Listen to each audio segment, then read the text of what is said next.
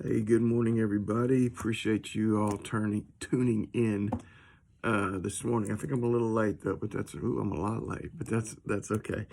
So I read a little story about a little missionary team that was doing some medical mission work I think it was in a Caribbean area actually, and so a little girl came in, and they were, I guess, giving her some vaccinations or whatever, just checking on her health and making any recommendations that they needed to.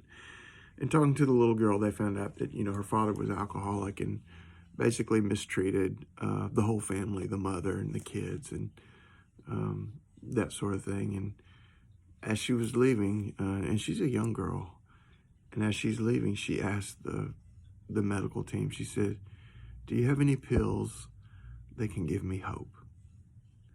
And I just thought, wow. And truly, there are so many people in this world that just feel hopeless. They just feel hopeless. There are people around us that feel hopeless. And I just started thinking about that and thinking about, that it's only through a relationship with Christ that we can ever find hope. I used to feel hopeless. There was a time in my life where I felt hopeless, like nothing meant anything, like nothing had purpose, nothing had meaning, and everything was just hopeless, and I was helpless to do anything about it until I entered into a relationship with Christ.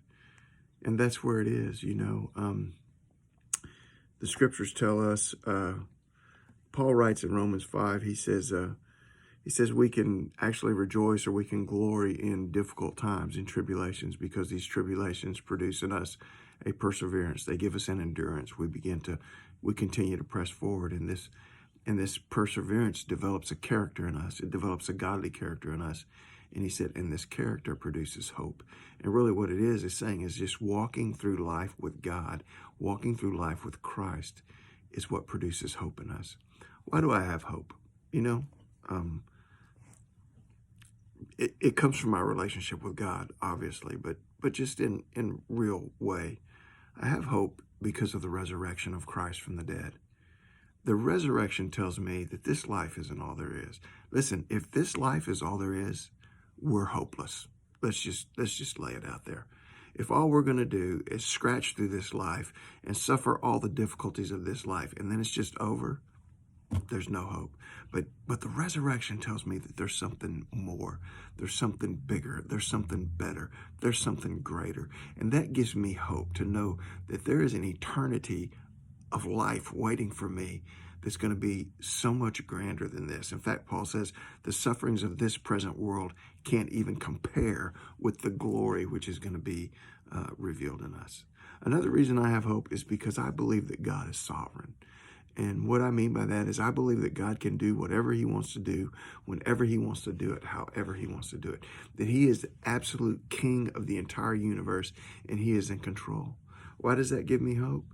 Because it's only through that I can truly believe that all things can work together for good to those who are the called, to those who love God and who are the called according to his purposes. I believe in the next life.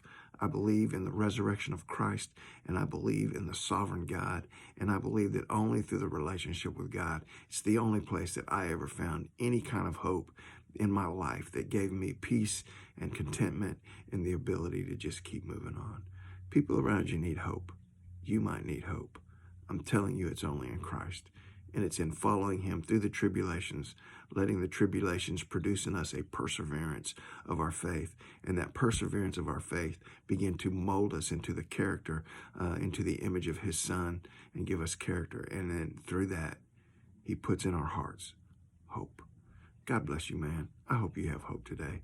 Get out there in faith today.